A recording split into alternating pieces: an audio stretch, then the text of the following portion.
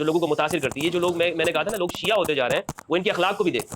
میں اربعین گیا ہوں, میں نے وہاں پہ ان کے اخلاق دیکھے. میرے اندر تعصب ہوگا کس درجے میں تکفیری ہوں گا جہاں سے میں باہر نکلا ہوں. بسم اللہ والصلاۃ والسلام علی رسول اللہ وآلہ وعلی اللہم صلی علی محمد وآل محمد وبارک وسلم وصلی علیہ. السلام علیکم ورحمۃ اللہ وبرکاتہ. مجھے یہ کہا گیا ہے کہ میں اپنی کہانی آپ کے سامنے سناؤں, کہ جو میں نے یہ سفر طے کیا ہے, یہاں تک میں پہنچا ہوں, اور جو میری تحقیق ہے تو وہ میں آپ کے ساتھ شیئر کروں. میں بھی کئی مرتبہ میں بتا چکا ہوں مختلف پلیٹ فارم کے اوپر کہ اپنے بارے میں اپنا تعارف میں نے کرایا ہے. اور یعنی اگر ابھی بھی میں کہوں کہ میں مسلک کے اعتبار سے کون ہوں یا میری فکر کیا ہے, اس میں پہلے ہی بنیادی چیز تو یہ ہے کہ چونکہ میں ایک سنی گھر میں پلا بڑا ہوں, سنی گھرانے میں میری پیدائش ہوئی ہے, تو میں یہاں سے آغاز کرتا ہوں اپنے خاندانی پس منظر کے حوالے سے. ہمارا جو خاندان ہے بنیادی طور پر ہم سوات کے رہنے والے ہیں, اور سوات سے پھر ہمارے آبا و اجداد وہ شفٹ ہو گئے بڈگرام مانسیرا. وہاں سے میرے والد محترم وہ کراچی آئے اور یہاں پر روزگار کی تلاش میں تعلیم کے لیے یہاں پر آئے تھے. تو انہوں نے خود بھی عالم کورس وغیرہ کیا ہوا ہے, اور دیوبند کے بڑے جید علماء سے انہوں نے تعلیم حاصل کی. خاص طور پر اس میں مفتی ظفر علی خان صاحب, ان کے وہ شاگرد رہے ہیں, ان سے دورہ تفسیر بھی کیا, دورہ قرآن بھی کیا. اور مجھے یاد ہے کہ وہ اپنے ساتھ مجھے بھی لے کے جایا کرتے تھے, خاص طور پر رمضان مبارک میں جب وہاں پہ دورہ قرآن ہوا کرتا تھا تو میں بھی ساتھ میں چلا جایا کرتا تھا, تاکہ ہماری رغبت وہ قرآن کے ساتھ اور تعلق وہ قائم رہے. میرا زیادہ جو شوق تھا وہ اسکول پڑھنے کی طرف تھا. میں چاہتا تھا کہ میں اسکول پڑھوں اور اسکول کی تعلیم میں آگے جاؤں. والد صاحب کا پورا بس یہ تھا کہ میں مولوی بن جاؤں, کیونکہ وہ خود مولوی تھے. اور میری والدہ نے مجھے بتایا تھا کہ جب میں بچپن میں شدید بیمار ہو گیا تھا تو میرے والد نے یہ منت مانی تھی کہ اگر میرا بیٹا ٹھیک ہو گیا, اللہ نے واپس صحیح سلامت مجھے دوبارہ دے دیا, تو میں اس کو عالم بناؤں گا. اور میرا نام میرے والد نے فضل الرحمان رکھا. میرا پورا نام ہے فضل الرحمان, جو کہ مولانا فضل الرحمان کی نسبت سے رکھا گیا. یعنی میرے والد ان سے بہت متاثر تھے, اور مفتی محمود صاحب کے ساتھ ان کی تحریکوں میں بھی وہ شامل رہے. پھر اس کے بعد میرے والد صاحب کی بھی فکری طور پر ان کی بھی تھوڑی تبدیلی واقع ہوئی. وہ مولانا نورانی صاحب کی طرف مائل ہو گئے, اور پھر وہ اسی میں مولانا نورانی صاحب رحمہ اللہ کے ساتھ ان کی تحریکوں میں شامل رہے. تو میں کوشش یہ کرتا تھا کہ والد صاحب سے یہ کہتا, جب وہ مجھے گھر میں میبزی پڑھاتے تھے یا فارسی کی کوئی کتاب پڑھاتے تھے جو نماز سے متعلق ہوتی تھی یا عقائد سے متعلق, تو میں یہ کہتا تھا کہ مجھے یہ نہیں پڑھنا ہے, میں نے اسکول پڑھنا ہے اپنا. یعنی 5ویں کلاس سے ہی میرے والد نے مجھے یہ عربی کی طرف خود ہی پڑھانا شروع کیا. کریمہ سعدی وغیرہ اس کو مجھے پڑھاتے تھے اس زمانے میں. تو لیکن میرا دل نہیں لگتا تھا دینیات کی طرف زیادہ. لیکن گھر کی طرف سے بار بار یہی کہا جاتا تھا کہ نہیں آپ نے یہی پڑھنا ہے, آپ نے یہی پڑھنا ہے. تو 5ویں کلاس کے بعد مجھے والد صاحب نے, ہمارے علاقے کے اندر ایک مدرسہ تھا ارشاد التوحید والسنہ کا, اور یہ جو ہمارے اہل سنت میں مماتی فکر ہے, تو ان کے ایک مدرسے میں مجھے لگا دیا انہوں نے. اس مدرسے میں میں نے پڑھنا شروع کیا اعدادیہ. جب ہم بچوں کو داخل کرتے ہیں تو سب سے پہلے جو کورس ہوتا ہے وہ اعدادیہ, اس میں گلستان پڑھائی جاتی ہے, بوستان پڑھائی جاتی ہے, اور فارسی کی چند کتابیں. اس زمانے میں فارسی کا زیادہ رواج تھا مدارس میں, تو وہ کتابیں ہمیں پڑھاتے تھے. اور ساتھ میں پھر مغرب کے بعد وہیں پر درس قرآن ہوتا تھا شیخ صاحب کا, جو کہ ہمارے لیے ضروری ہوتا تھا کہ ہم اس میں شرکت کریں, اور خواہ ہم نے ابھی قرآن پڑھا یا نہیں پڑھا, لیکن اس درس میں شرکت کرنا ہمارے لیے ضروری تھی. وہ پشتو میں ہوتا تھا لیکن بہرحال وہ لازمی تھا, اس میں شرکت رہتی تھی. تو 3 سال میں نے ان کے مدرسے میں پڑھا, یعنی اعدادیہ, متوسطہ, اور ایک درجہ میں نے اولیٰ بھی وہاں پڑھا تھا. تو لیکن اس وقت تک مجھے کوئی پھر بھی اب تک اتنا شوق پیدا نہیں ہوا کہ میں اسی فیلڈ کو اپناؤں گا, یا میں سوچتا تھا کہ میں اپنی زندگی میں آگے جا کر مذہبی تعلیم کو خود بھی حاصل کروں اور عالم بنوں. ہمارے گھر میں ایک اخبار آیا کرتا تھا ضرب مومن, ہمارے والد صاحب لے کے آتے تھے. اس ضرب مومن میں جہاد کی بڑی وہ اشاعت ہوتی تھی, جہاد کے بارے میں بتایا جاتا تھا, اور اسی کو میں پڑھتا رہتا تھا اخبار کو. ضرب مومن آتا تھا تو اس میں مڈل کلاس میں پہنچ چکا تھا. جامع الرشید کی تصویریں آئیں اس میں, اور الرشید ٹرسٹ کراچی میں ایک بڑا کام کر رہا تھا اس زمانے میں. اور وہ ایک دور ایسا تھا کہ جب گلی گلی میں میرا پیر اسامہ بن لادن, میرا شعر اسامہ بن لادن, یہ ترانے چلتے تھے, اور ہم نے یہ دیکھا تھا کہ ہر دکان کے اوپر چندہ جو جہاد کے ہوتے تھے وہ رکھے ہوتے تھے. تو ایک پورا ماحول جو مجھے ملا وہ اس طرح کا تھا. میں نے والد صاحب سے کہا, ابو اگر آپ مجھے عالم بنانا ہی چاہتے ہیں تو یہ جو اخبار میں اتنا خوبصورت مدرسہ ہے جامع الرشید, میں یہاں جا کے پڑھنا چاہتا ہوں, آپ اجازت دیتے تو میں یہاں چلا جاتا ہوں. ابو نے کہا کہ ٹھیک ہے تمہاری مرضی ہے. میں وہاں چلا گیا اور خود ہی گیا, میں نے وہاں داخلہ دیا. وہاں ایک پروسیس تھا ان کا, اور ہمارے جو امتحان لیا تھا مولانا سلطان عالم صاحب نے لیا تھا. مولانا سلطان عالم صاحب یہ نازم آباد نمبر 4 کراچی میں جو دارالفتاء اور ارشاد مولانا مفتی رشید احمد لدھیانوی صاحب کا ادارہ تھا, جنہوں نے احسان الفتاوی لکھی ہے, ان کی مسجد کے امام تھے, اور جامع الرشید میں ممتحن کے طور پر آتے تھے.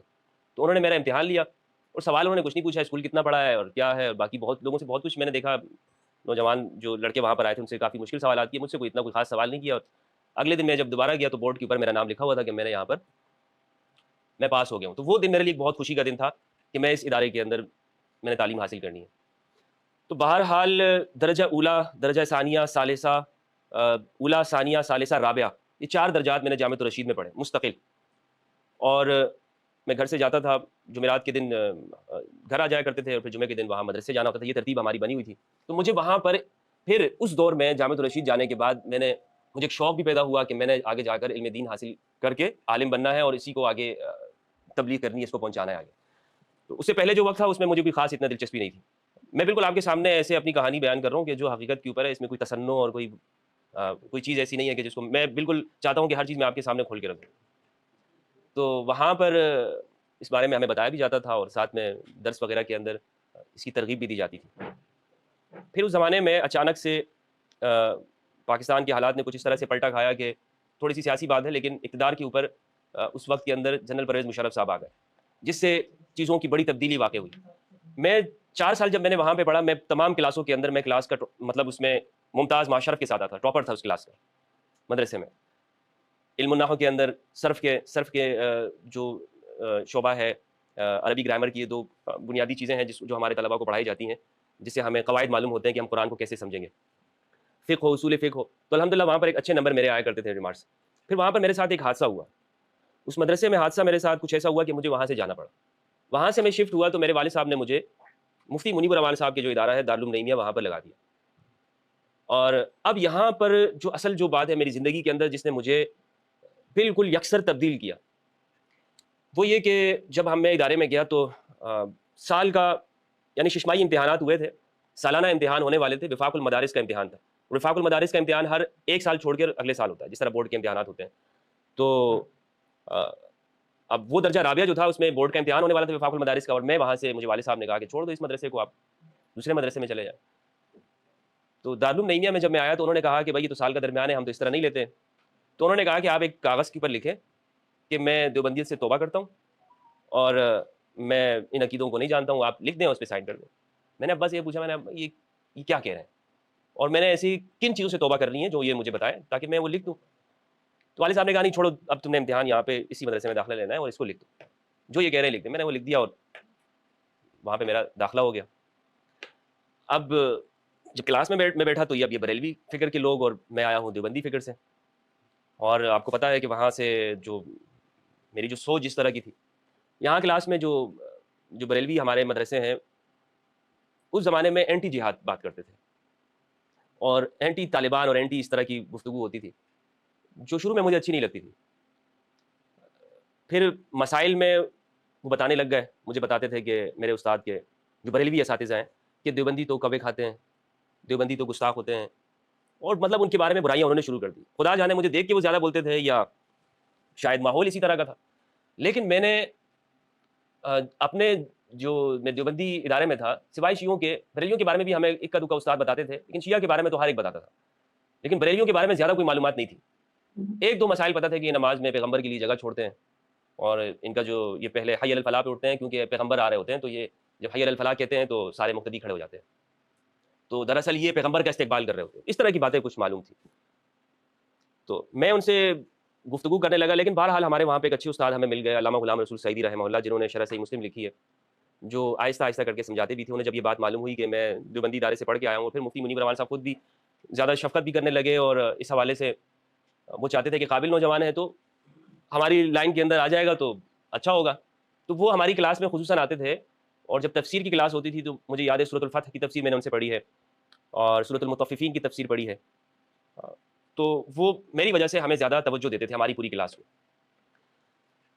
تو بہرحال میں کچھ دنوں میں ہی یا کچھ مہینوں میں عرصے میں ایک بریلوی فکر کا، بریلوی عقائد کا ایک شخص بن گیا. ایک اس طرح کی ایک چیز تیار ہو گیا میں، اور جو ہمیں سٹوری اور مطلب اس طرح کی بتائی جاتی تھی، جو ایک خاص طور پر بریلویت کی جو شکل ہے اس کے اندر میں پورا فٹ ہو گیا. پھر میں کیا کرنے لگا، میں اب جامعۃ الرشید کے اپنے دوستوں کو بلاتا تھا، اور ہمارے ادارے کے اندر جب بھی کوئی ایونٹ ہوتا تھا میں ان کو بلا کے اس میں شریک کرتا تھا. میں ان کو کہتا تھا یار آپ دیکھو ہمیں وہ چیز بتائی گئی تھی وہ غلط تھی، یہ تو یہاں پہ نہیں کرتے ہیں، تو ہمارے استاد ہمیں غلط بتاتے رہے. اس طرح ان کے ساتھ ایک مناظرانہ کیفیت بھی رہتی تھی، اور بحث و مباحثہ بھی ہوتا تھا. ان کو بلا لے آتا. ایک مناظر آئے تھے اسلام فیصلہ آباد سے اس زمانے کے، ابھی وہ مرحوم ہو گئے اس لیے میں ان کا نام نہیں لینا چاہتا.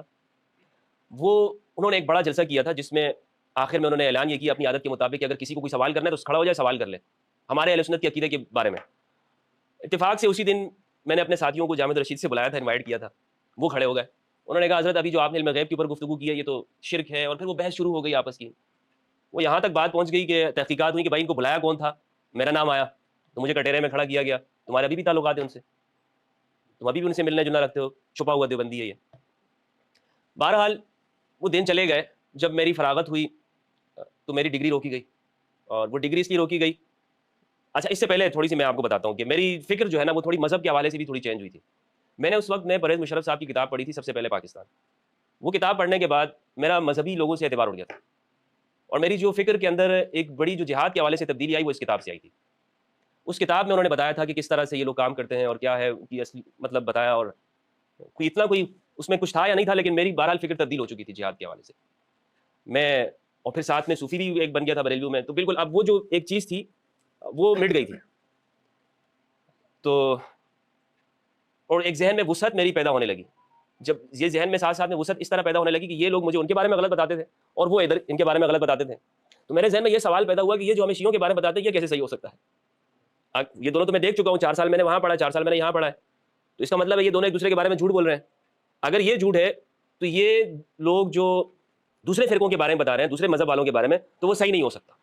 یہاں سے بنیادی طور پر میری فکر وہ تھوڑے سے مذہب کے اوپر بھی سوالات کھڑے ہو گئے میرے۔ یہ مولوی طبقہ، مذہبی طبقہ جو ہے یہ جھوٹ بولتا ہے دوسروں کے بارے میں، یہ سچا نہیں ہے۔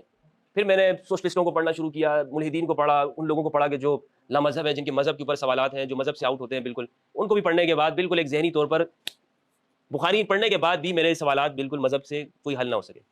اچھا میں اگر سوال کرتا تھا مثلا کسی حدیث کے بارے میں، اور چونکہ میں نے ساتھ میں تھوڑا بہت وہاں پر شیعہ کو بھی پڑھنا شروع کیا، تو ان سوالوں کا مجھے اطمینان بخش جواب نہیں ملتا تھا۔ یہ کہہ دیا جاتا تھا کہ ہمارا اکابرین نے یہ بات کہی ہے۔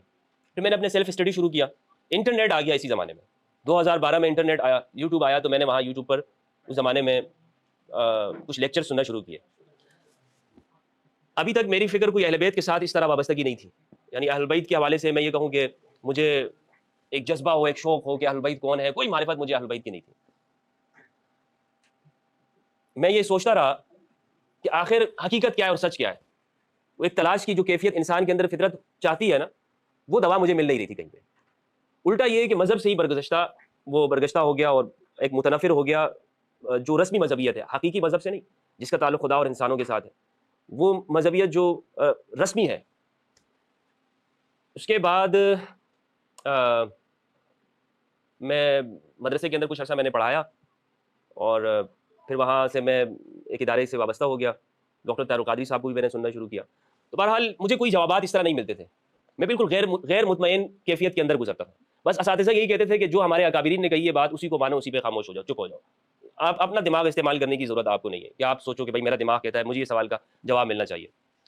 کچھ عرب مفکرین کو میں نے سنا، اور ان عرب مفکرین کو سننے کے بعد خاص طور پر اس میں نام لینا چاہوں گا سعودی عرب کے عالم دین استاد حسن فرحان المالکی۔ ان کا ایک کلپ مجھے یوٹیوب پر دیکھنے کو ملا جو کہ عربی زبان میں تھا، جس میں وہ حدیث ثقلین کے متعلق گفتگو کر رہے تھے، اور الہاد کے حوالے سے وہ لیکچر ان کے الہاد کے حوالے سے تھا، لیکن اس میں وہ حدیث ثقلین کو انہوں نے کوٹ کیا۔ وہ بات میرے دل کو لگ گئی اور دماغ کو لگ گئی، دل اور دماغ کو وہ بات میرے لگ گئی۔ انہوں نے اس کے اندر یہ بات بتائی کہ ہمارا نوجوان جو مذہب سے بیزار ہو رہا ہے، اس کی بنیادی وجہ مذہبی لوگوں کا مذہب سے اہل بیت کو جدا کر کے پیش کرنا ہے۔ یعنی اس کی مثال انہوں نے یہ دی کہ خود امام حسین علیہ السلام کہ جو اہل بیت میں سے ہیں، اسی مذہبی نما جو افراد تھے انہوں نے ہی شہید کیا، یعنی باہر سے لوگوں نے شہید نہیں کیا۔ تو الغرض جب حدیث ثقلین کو میں نے پہلی مرتبہ سنا تو میں نے دوبارہ سے ایک نئے سرے سے مجھے یہ معرفت ہوئی، اور میں نے دریافت کیا دین کو، اسلام کو، حقیقت کو، اور ان تمام نفرتوں سے میں باہر نکلا۔ تو یہ میری پہلی میری دریافت تھی جو مجھے اہل بیت علیہ السلام کے حوالے سے۔ اس کے بعد میں نے پھر پڑھنا شروع کیا، ان کو مزید پڑھا، اور کتابوں کو اب بھی میں پڑھ رہا ہوں، ایک طالب علم ہوں ادنا درجے کا، اہل بیت علیہ السلام کو جاننے کا اور ان کو سمجھنے کا کہ اہل بیت کا ہماری زندگی میں کیا کردار ہے۔ کہ ہم مثلا میں اپنی کہانی پہ غور کرتا ہوں کہ ہمارا جو سنی نوجوان ہے، اس کے دماغ میں جو شیعہ مخالف جذبات ہے، یا اس کے دماغ میں انتہا پسندی کے یا تشدد کے جو جذبات پیدا ہوتے ہیں، اس کی وجوہات، اسباب اور عوامل کیا ہیں؟ ان اسباب اور عوامل کو میں خود فیس کر چکا تھا، میں خود اس کے اندر گزر چکا تھا، تو مجھے یہ معلوم ہوا کہ حقیقت یہ ہے کہ ہمارے نوجوان کو وہ اہل بیت کے بارے میں نہیں بتایا جاتا۔ تو جب اہل بیت کے بارے میں نہیں بتایا جاتا تو وہ دوسروں کو رہنما بنایا گیا ہے، اور وہ دوسرے لوگ ایسے رہنما ہیں کہ جو خود کامل نہیں ہیں، لازمی بات ہے کہ جب ان کا تعلق اہل بیت سے منقطع کر دیا گیا ہے تو آگے جو دین کی تبلیغ کریں گے، دین کو پہنچائیں گے، تو وہ پھر فرقہ وارانہ بنیادوں کے اوپر ہوگی، دین کے اصل تعلیمات کی بنیاد پر نہیں ہوگی. وہ پھر اسی مسئلے میں الجھا کے رکھیں گے کہ یہ سنی ہے، یہ شیعہ ہے، اس کے عقائد یہ ہے اور اس کے عقائد یہ ہے، اس میں یہ خرابیاں ہیں اور اس میں یہ اچھائیاں ہیں. تو اہل بیت کی جو یہ تعلیمات ہیں، خاص طور پر حدیث ثقلین، اس نے مجھے یہاں تک پہنچایا ہے. اسی کو بنیاد بنا کر میں نے تمام جو اسلامی تاریخ ہے، اسلامی فکر ہے، قرآن اور حدیث کی جو تفسیر ہے، اسی پہ میں نے سوچنا شروع کیا کہ یہی وہ بنیاد ہے جس کو میں نے میزان قرار دیا. اب سوال یہ کہ میں نے اس حدیث ثقلین کو میزان کیوں بنا دیا؟ قرآن بھی ہمارے درمیان موجود ہے اور علماء اتنے بڑے بڑے ہمارے درمیان موجود ہیں، تو پھر آخر ایک یہی حدیث کو میں نے معیار کیوں قرار دیا؟ باقی ہمارے جو فرقے کے علماء وہ بیان کرتے ہیں کہ حضور نے فرمایا میں میرے بعد سنت اور صحابہ کے راستے کی پر چلنا، تو وہ بھی معیار ہو سکتا ہے. لیکن میں نے یہ دیکھا کہ ہماری امت، اس امت مسلمہ، یہ جن مسائل کے اندر تقسیم ہے ان کو حل کرنے کے لیے ضروری یہ بات ہے کہ ہم ایسی حدیث کو لے کر آئیں کہ جو ہم دونوں میں مشترکہ ہو، اور وہ شخصیات ہم لے کر آئیں، وہ باتیں کہ جو سنی اور شیعہ دونوں اس کو قبول کریں. اب صحابہ کا جہاں تک معاملہ ہے تو ہمارے جو شیعہ برادران ہیں وہ اس کو قبول نہیں کریں گے من حیث المجموع اگر بات کی جائے، ورنہ صحابیت سے بالکل ہی انکار تو نہیں کرتے، لیکن مکمل طور پر اسے تسلیم بھی نہیں کرتے. شیعہ مکمل طور پر اگر ہم کہیں کہ بھائی صحابہ کو، تو وہ مکمل تسلیم نہیں کرتے، لیکن چند کو مانا جاتا ہے. اور دوسری جانب اگر ہم اہل سنت کی جانب جائیں تو ان کے ہاں جو اہل بیت کا تصور ہے وہ اگرچہ اتنی تفصیل کے ساتھ تو موجود نہیں ہے، نہ احترام کا، نہ تعظیم و تقدیس کا، لیکن بہرحال ہمارے اہل سنت وہ اس بات کے پر یقین رکھتے ہیں کہ اہل بیت ان کی عزت و احترام ہونی چاہیے، اور وہ رسول اللہ صلی اللہ علیہ وآلہ وسلم کے اہل بیت ہیں اور ان کی محبت رکھتے ہیں دلوں کے اندر. تو اس لیے قرآن اور اہل بیت جب حدیث میں بیان کیا گیا تو میں نے کہا کہ یہ ہماری امت کے اختلافی جو مسائل ہیں اس کے حل کے لیے قرآن اور اہل بیت کافی ہیں. یعنی اگر ہم اپنا کوئی مسئلہ حل کرنا چاہیں گے تو وہ اسی سے حل کریں گے. ایک بات تو یہ ہے کہ جس کو میں نے حدیث ثقلین کو معیار قرار دیا. پھر دوسری چیز کہ میرے ذہن میں جو حتیٰ کہ مذہب سے متعلق جو وساوس پیدا ہونا شروع ہوئے تھے، ان سب کا خاتمہ مجھے اہل بیت کی زندگی سے ہوا. جب میں نے ان کو مزید ڈیٹیل کے ساتھ پڑھا، مزید ڈیٹیل کے ساتھ میں جاتا گیا ان کی ایک ایک امام کی زندگی کہ وہ کس طرح کرب کے اندر گزری. رسول اللہ صلی اللہ علیہ وسلم نے اپنی زندگی میں جو خم کے مقام پہ جو فرمایا، اس کے بعد پھر آگے سقیفہ ہوا، سقیفہ کے بعد پھر جتنے بھی واقعات ہیں اس میں امام علی علیہ السلام کا کیا کردار رہا ہے، اور جو دوسری جو خلفاء ہیں ان کا کیا کردار ہے، وہ دین کو کیسے پیش کر رہے ہیں، اور امام علی علیہ السلام دین کو کیسے پیش کر رہے ہیں، اور پھر آگے جتنے بھی اہل بیت تھے. تو لہٰذا میں اس نتیجے پہ پہنچا ہوں آج، جس پر میں اپنی گفتگو کا خاتمہ بھی کرنا چاہوں گا، کہ ہمارا نوجوان جسے ہم نے سنی اور شیعہ فرقوں کے اندر تقسیم کیا ہے، اگر ہم اسے اہل بیت کی فکر خالص کر فرقوں سے باہر نکال کر اس کے سامنے پیش کریں گے تو وہ اسے ضرور قبول کر لے گا. اب اہل بیت کی فکر وہ نہ سنیت ہے نہ شیعت ہے، وہ خالص اسلام ہے، وہ خالص ایسا مذہب ہے، ایسا اسلام ہے کہ جو انسان کی فطرت کے اوپر ہے. یعنی ایک انسان کے دل، جو ضمیر ہے، جو روح ہے، اس کو وہ اپیل کرتی ہے. مثلا اس کے اندر ہے کہ جیسے میں نہج البلاغہ پڑھتا ہوں یا امام علی علیہ السلام کا کلام، تو کائنات کے اندر تدبر کرنا، یہ کائنات کیوں پیدا ہوئی ہے، اللہ نے اس کو کیوں پیدا کیا ہے، ہمارا اس کائنات کے ساتھ کیا تعلق ہے، میرا اس کائنات کے اندر وجود کیوں ہے، میرا وجود کیوں ہے، خدا کی کیا ضرورت ہے، انسانوں کے لیے نبوت اور رسالت کی کیا ضرورت ہے، پھر انسانی فطرت کیا ہے، بنیادی طور پر انسانی فطرت کس چیز کا مطالبہ کرتی ہے، اللہ نے انسان کو کیوں پیدا کیا. تو یہ جو سوالات ہیں جو انسان سے متعلق ہے، یہ اہل بیت کی زندگی سے ہی ہمیں حل ہوتے ہیں. تو اس لیے میں نے اپنی زندگی میں اس چیز کو، جس نتیجے پہ میں پہنچا ہوں، جو میرا سفر جاری ہے، وہ ہے قرآن اور اہل بیت کا. بہت بہت شکریہ کہ آپ نے میری اس گفتگو کو سنا ہے. اس حوالے سے آپ کا کوئی بھی سوال ہو تو آپ سوال رکھ سکتے ہیں. اس کی وجہ یہ کہ ایک تو میرے پاس بھی جو لوگ میرے سے اٹیچ ہو رہے ہیں، جو لوگ سوال کر رہے ہیں، مجھے دن میں بتحاشا ای میلز آتی ہیں جن میں میں اکثر پڑھ نہیں پاتا، اور اس میں سے یہ ہوتی ہے کہ مفتی صاحب کہ میں سنی ہوں، میں دیوبندی ہوں، آج میں نے اہل بیت کو پہچانا. اور میں آپ کے سامنے بیٹھا ہوں نا، کہ ہمیں جتنی بھی مدرسے کے زمانہ تھا، خواہ دیوبندی یا بریلوی، ان دونوں کا اتفاق اسی کے اوپر ہے کہ اہل بیت کے بارے میں نہیں بتانا، اور کسی چیز پہ اتفاق ہونا ہو، لیکن یہ چیز ضرور ہے کہ اپنے نوجوان سے اہل بیت کی زندگی کو چھپانا. اور اگر اہل بیت کا ذکر آئے بھی تو یہ ضرور کر دیتے ہیں کہ امام حسن، امام حسین علیہ السلام اور مولا علی، لیکن جو ان کی تعلیمات ہیں، یا اگر یہ صفین اور جمل میں کسی جگہ پہ کھڑے ہیں تو آپ کہاں پہ کھڑے ہوں گے؟ محبت کا تقاضا تو یہ بنتا ہے نا کہ آپ پھر اتباع بھی کریں. وہ محبت تو کسی کام کی نہیں ہے جس میں اتباع نہ ہو، جس میں آپ کسی کو فالو نہ کر رہے ہو. تو میں نے یہ دیکھا کہ لوگ تیزی سے جو شیعہ ہو رہے ہیں، اس سے مطلب یہ ہے کہ لوگ فقہ اہل بیت کی طرف آ رہے ہیں، اہل بیت کو پہچاننا انہوں نے شروع کیا ہے. عراق اور شام کی صورتحال آپ کے سامنے ہے. وہاں پہ ایک درمیانی عرصہ ایسے آیا کہ لوگ ملحد ہونا شروع ہوئے، لیکن اتنی ہی تیزی کے ساتھ جو وہاں پر چینلز کام کر رہے ہیں، جو سوشل میڈیا کے اوپر جو چیزیں ہیں، ہم یہ دیکھ رہے ہیں کہ نوجوان، جو سنی نوجوان ہے، وہ یہ بات کر رہا ہے کہ بھائی میں نے آج پہلی مرتبہ اہل بیت کے بارے میں سنا ہے، آج میں نے پہلی مرتبہ حدیث ثقلین کے بارے میں سنا ہے. یعنی مجھے اپنی زندگی کے اندر، ابھی تک میں اپنے اہل سنت کے اندر زندگی گزار رہا ہوں، کسی ممبر کے اوپر میں نے حدیث ثقلین پڑھتے ہوئے نہیں سنا. ہم ادھر ادھر کی ساری کہانیاں مقدسہ سناتے ہیں، مقدس کہانیاں، اور ساری باتیں ہو جاتی ہیں، اپنے اکابر کے بارے میں بتاتے ہیں، حدیث ثقلین کا بیان نہیں کرتے. بڑے بڑے اکابرین جو یہ چاہتے ہیں کہ اس امت کے اختلافی مسائل کا حل ہو، لیکن وہ ساری باتیں کر لیں گے، یہ نہیں بتائیں گے کہ رسول نے کیا حل دیا ہوا. تو ایک مولوی کا بتایا ہوا حل زیادہ قابل قبول ہے، یا ایک جو رسول اللہ صلی اللہ علیہ وآلہ وسلم نے حل دیا ہے کہ تم کبھی بھی اختلاف میں نہیں پڑو گے، گمراہ نہیں ہوگے. اس اعتبار سے میں نے یہ کہا تھا کہ نوجوان تیزی سے اہل بیت کی جانب آ رہے ہیں. اب چونکہ اسے ایک شیعت کا نام دیا جاتا ہے تو میں نے وہ لفظ استعمال کیا. ویسے میں اس لفظ کے حق میں نہیں ہوں کہ ہم کسی کے لیے کہیں کہ نہیں شیعہ ہے یا سنی ہے. میں تو اس نتیجے پہ پہنچا ہوں کہ ہم خالص اسلام کی بات کریں قرآن اور اہل بیت کی. تو وہ جو میں نے بات کی تھی وہ اس پس منظر کے حوالے سے تھی. وہ جو ڈگری روکی تھی وہ بھی میرے خیال میں دیوبندی جو تعلقات تھے جو ان کی نگاہ میں اس پر انہیں تھوڑا سا شک تھا کہ یہ اب بھی دیوبندیوں کے ساتھ تعلقات رکھتا ہے. اچھا میرے پاس لٹریچر چونکہ میں پڑھتا تھا, لٹریچر تو میں نے آپ کو بتایا کہ میں سوشلسٹ حضرات کو ہی پڑھتا تھا, لیکن اس پر انہوں نے اعتراض اتنا نہیں کیا. اگر میں دیوبندیوں کا پڑھتا تھا ساتھ میں جیسے مثال کے طور پر میرے مطالعے میں تفسیر بھی ہوتی تھی اور دیوبندیوں کی کتابیں بھی, تو ہوتا ہے نا مدارس کے اندر وہ ادھر سے ادھر بات کرنے والے کہ جناب اس کے کمرے میں تو ہم نے دیکھا مولانا ابوالکلام آزاد کو پڑھ رہا ہے, یہ ترجمان القرآن پڑھ رہا ہے, اور یہ تو جناب اس کے پاس تو عبید اللہ سندھی کی کتابیں برآمد ہوئی ہیں. تو یہ اس طرح کی وجہ سے انہوں نے کچھ چیزیں وہ ڈگری میری روک دی تھی. دوبارہ سے مجھ سے پوچھا تھا کہ آپ ان کے بارے میں کیا کہتے ہیں, تو میں نے ان کو کلیئر کیا تھا. میں نے کہا میں ان کو کافر کہتا ہوں, مجھے ڈگری دے دو بس.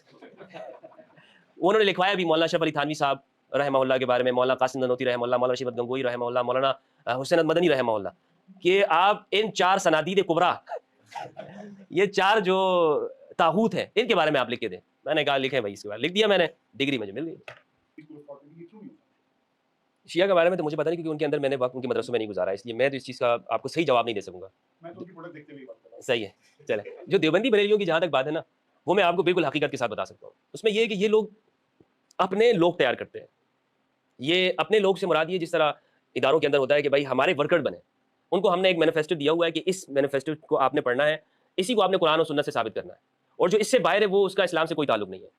تو اس طرح کی پروڈکٹ تیار ہوتی ہے وہاں مدارس کے اندر, خواہ دیوبندی ہو یا بریلوی. مثلا آپ خود اندازہ لگا لینا اس بات سے کہ میں جب دیوبندی مدرسے سے گیا ہوں تو کتابیں ساری کی ساری وہی اٹھا کر میں بریلوی مدرسے میں گیا ہوں. کتاب ایک بھی چینج نہیں ہوئی ہے, کتاب کوئی چینج نہیں تھی, حتیٰ کہ فقہ کی کتاب بھی چینج نہیں ہوئی وہاں پہ. اگر وہاں پہ شرح الوقایہ پڑھ رہا تھا فقہ حنفی میں, تو یہاں پر بھی شرح الوقایہ پڑھ رہے تھے. وہاں ہدایت تھی تو یہاں بھی ہدایت تھی, وہاں قدوری ہے تو ادھر بھی قدوری ہے, وہاں کنز الدقائق ادھر بھی کنز الدقائق. کتاب ایک بھی فرق نہیں ہے, شروع سے لے کر آخر تک دیوبندی بریلوی کا سلیبس بھی ایک ہے, لیکن پروڈکٹ آگے جو آؤٹ پٹ نکل رہا ہے وہ کچھ اور ہے. اب اسی سے آپ اندازہ لگائیں وہ کیا ہے. وہ یہ ہے, ایک آیت سے یہ علم غیب ثابت کر رہے ہوتے ہیں, اسی سے وہ علم غیب کی نفی کرتے ہیں. بریلوی مختار کل یعنی حضور کو ہر چیز کا اختیار ہے, وہاں دیوبندی اس کی نفی کرتے ہیں. اسی طرح حاضر ناظر کی یہ ان کے عقیدے انہوں نے تراشے ہوئے ہیں. یہ خدا کا مذہب, خدا کا دین نہیں ہے, یہ مولویوں نے بنایا ہوا ہے. تو وہ جو مولویوں نے بنایا ہوا, وہ نوجوان اگر وہ اس سے تھوڑا بہت ادھر ادھر سوال کرے گا, اس مولوی کے پاس استاد کے پاس خود بھی جواب نہیں ہے اس کا, وہ کہاں سے جواب لائے گا. تو وہ نسل در نسل جو چیز تیار ہوئی ہے وہ انہی افکار و نظریات جس طرح سوشلسٹ جماعتیں کرتی ہیں کہ اپنے کارنر میٹنگز کے اندر اور سرکل کے اندر جس چیزوں کو ڈسکس کیا جاتا ہے, بیان ہوتا ہے کہ بھائی آپ نے بالکل اسی چیز کو آپ نے بیان کرنا ہے. اگر اس سے تھوڑا بہت ادھر ادھر ہٹ گئے تو بس ختم. وہ آپ پھر یہ کیوں بار بار کہتے ہیں ہم درد سنی نہیں ہے. مطلب ہمارا یہ جو دوسروں کو کہتے ہیں یہ سنی نہیں ہے, اس کا مطلب یہ ہوتا ہے کہ یہ ہمارے عقائد پر نہیں ہے. جو ہم اس سے توقعات کر رہے تھے کہ ہمارے فرقے کی دکان کو آگے بڑھائے گا, اس کو آپ جب کام نہیں کریں گے تو نہ آپ کو اچھی مسجد ملے گی, نہ آپ کو اچھا مدرسہ ملے گا, نہ آپ کو یہ سب کچھ انہوں نے سیٹ کیا ہوتا ہے. جو سوال کرتے ہیں وہ ان کو تو یار چھوڑا نہیں جاتا مذہب, وہ فرقوں سے نکل جاتے ہیں. لوگ سوال تو کرتے ہیں, ایسا نہیں کہ سوال نہیں ہوتا. ہم ہاں اس وقت میں ہم یہ کہہ دیتے ہیں جی استاد جی ٹھیک ہے, جی ٹھیک ہے آپ صحیح کہہ رہے ہیں. بحث کا ہمارے یہاں تصور نہیں ہے, نہیں کر سکتے. گستاخ ہے, بے ادب ہو گیا یہ. حتیٰ کہ جو ساتھ میں بیٹھے ہوئے لڑکے ہوتے ہیں وہ چوکے مارتے ہیں, کیا کر رہا ہے تو, جانے دے استاد صاحب کو, بڑھنے دو. میں نے ایک مرتبہ سوال کیا تھا, وہ ایک حدیث کے متعلق, وہ ہمارے بخاری میں ایک روایت ہے, حضور نے فرمایا کہ ہر انسان کے ساتھ ایک شیطان پیدا ہوتا ہے, اور وہ اس کو ایک ایسے چونچ مارتا ہے جس سے وہ انسان جو ہے وہ چیخنے لگ جاتا ہے, شور کرنے لگ جاتا ہے. تو سوائے عیسیٰ ابن مریم کے, ان کے ساتھ پیدا نہیں ہوا. تو صحابہ نے پوچھا تھا یا رسول اللہ کیا آپ کے ساتھ بھی پیدا ہوا؟ تو حضور نے فرمایا ہاں میرے ساتھ بھی ہوا, لیکن وہ مسلمان ہو چکا ہے. اب یہاں پر جو لفظ استعمال ہوا ہے عربی کے اندر وہ ہے فاسلمہ. اب یہ اسلمہ ہے یا اسلمو ہے؟ اگر اسلمہ پڑھتے ہیں تو وہ مسلمان ہو گیا, اسلمو پڑھتے ہیں تو میں اس سے محفوظ ہو گیا. تو میں نے اپنے استاد سے یہ کہا کہ آپ کہہ رہے ہیں کہ وہ شیطان مسلمان ہو گیا ہے, جبکہ ہمارے جو شارحین ہیں وہ یہ کہتے ہیں کہ نہیں میں ان سے محفوظ ہو گیا ہوں, یہ زیادہ درست بات ہے. تو انہوں نے کہا نہیں, ہم جو سنی ہے وہ اس بات کو لیں گے جس میں حضور کی زیادہ شان ہوگی. یہ وہابیت ہے جو تمہاری ذہن کے اندر آ رہی ہے. تو میں نے کہا اگر یہ وہابیت ہے تو پھر فتح الباری کے اندر ابن حجر نے بھی اسی کو لیا ہے, شرح مرقات کے اندر ملا علی قاری نے بھی یہی بات لکھی ہوئی ہے. تو ہمیں ایک تجربہ ہو گیا تھا کہ بھائی یہاں پہ زیادہ سوالات نہیں کرنے. وہ طالب علم خود ہی سمجھ جاتا ہے, وہ ذہنی ایک فکر ایسے بنا دی جاتی ہے نا, اس کی سوچ پروگرامنگ ایسی ہو جاتی ہے اس کی, وہ آگے پھر زیادہ سوال کاؤنٹر کوشچن نہیں کرتا. چل جائے کہ خدا کے بارے میں اور مذہب کے بارے میں یہ سوالات وہاں پہ جی بالکل کوئی ایسا کوشچن آنسر سیشن کا پورے زمانہ طالب علمی میں کوئی وقت نہیں رکھا جاتا کہ استاد سے شاگرد سوال کرے. ہاں استاد سے شاگرد پڑھے, مسئلہ حل کرے, کتاب کی عبارت حل کرے, یہی انف اس کے لیے کافی ہے. اس میں تو زیادہ طور پر سیکورٹی کے حوالے سے کچھ چیزیں ہیں, اور وہ آپ کو معلوم ہے کہ ہمارے ہاں صورتحال ایسی ہے کہ یہ ڈکلیئر یہ کر دیتے ہیں کہ اگر آپ اہل بیت کے بارے میں بات کریں گے تو وہ ٹیگ لگاتے ہیں کہ یہ گستاخ صحابہ ہے. تو اس حوالے سے ہمارے ایک ملک میں فضا بنائی جاتی ہے قتل و غارت گری کی، مار دو، یہ کر دو وغیرہ وغیرہ، جس سے مجھے ایک توقع یہ ہے، خاص طور پر ریاست سے مجھے یہ توقع ہے کہ انشاءاللہ ہم ریاستی طور پر مذہبیت سے باہر نکلیں گے، کہ جب ہم ریاستی طور پر مذہبیت سے باہر نکل جائیں گے تو شاید اس دن یہ ہم زیادہ بہتر ہو جائیں گے، یا اس کو کنٹرول کیا جا سکتا ہے۔ جی ابھی جیسے جامعۃ الرشید جو ہے انہوں نے اس چیز کو شروع کیا ہے، اور دیگر بھی اداروں میں جامعۃ الکوثر میں دیکھ کے آیا ہوں کہ وہاں بھی اس چیزوں کو شروع کیا گیا ہے، مدارس میں بریلوی حضرات نے بھی شروع کی، جو کہ ایک اچھی بات ہے کہ یہاں بھی شروع کر رہے ہیں۔ اچھا، اہل بیت کے بارے میں ایک چیز بتانا چاہتا ہوں کہ اپنے دوستوں سے، خاص طور پر آپ نے بتایا کہ یہاں پہ کنورٹڈ دوست بھی بیٹھے ہوئے ہیں، میں ابھی تک یعنی جسے آپ یہ کہیں کہ شیعہ، اس کو قبول نہیں کر سکا ہوں، اور میں خود یہ چاہتا ہوں کہ ہم یعنی جو سنی فکر ہے نا اس کے اوپر اپنے آپ کو کاربند رکھتا ہوں، نماز میں حنفیت کے مطابق پڑھتا ہوں اور جو فقہ حنفی کے مطابق ہے، لیکن میری پوری زندگی میں یہی میرا مقصد ہے کہ میں اپنی ایک ایک چیز کو اہل بیت کے مطابق سمجھنے کی کوشش کروں، حتیٰ کہ میں نماز پہ ریسرچ کر رہا ہوں، ایسا نہیں کہ میں نے ریسرچ کے دروازے بند کر دی، نہیں یہ فقہ حنفی کے اندر لکھا ہوا ہے تو میں نماز یہ اس طرح پڑھ رہا ہوں تو یہی ہمیشہ ٹھیک ہے، میں اپنے سفر کو جاری رکھے ہوا ہوں۔ مجھے اہل بیت کی اس فکر نے اتنا محفوظ کیا ہے، جو مذہب پہ بھی سوال اٹھائے نا میں نے اس سے حل کیا ہے۔ میں نے یہ دیکھا ہے کہ یہ ایک سچائی ہے جو ہمارے اندر اترتی ہے، جو ہماری روح میں اترتی ہے، وہ ہمیں نورانیت دیتی ہے، جسے قرآن نور ہے، جس سے دوسری چیزیں روشن ہو جاتی ہیں، اسی طرح اہل بیت نور ہے، وہ بتا دیتی ہیں کہ حق کیا اور باطل کیا ہے۔ بنیادی چیز بھی یہی ہے کہ آپ حق اور باطل کو سمجھ لیں، اور جس دن ہمارا نوجوان حق اور باطل کو سمجھ لیتا ہے، اس کے اندر یہ کیفیت اور استعداد پیدا ہو جاتی ہے کہ وہ کسی کے ورغلاوے میں نہیں آتا۔ مثلا جو آج تشدد کی راہ پہ چلتے ہیں، کیا ان کو اہل بیت کی فکر پڑھائی گئی ہوتی ہے؟ اگر اسی نوجوان کو، میں آپ کو یقین کے ساتھ کہتا ہوں، میرے ساتھ بیٹھنے والا وہ شخص جو اس بات پہ تیار ہو کہ میں ابھی بم باندھ کے چل جاتا ہوں، کسی جگہ پہ جا کے پھٹ جاؤں گا، وہ 2 دن رہ لے اور اہل بیت کے بارے میں اسے بتا دوں، انشاءاللہ وہ توبہ طائب ہو جائے گا، اگر وہ اہل بیت کے اوپر آ جائے، اس فکر کو سمجھنے کی کوشش کرے۔ ایک ایسی فکر ہے کہ جو انسان دوست فکر ہے، جو انسانیت کے لیے سب سے زیادہ مفید فکر جو ہے وہ اہل بیت کی فکر ہے۔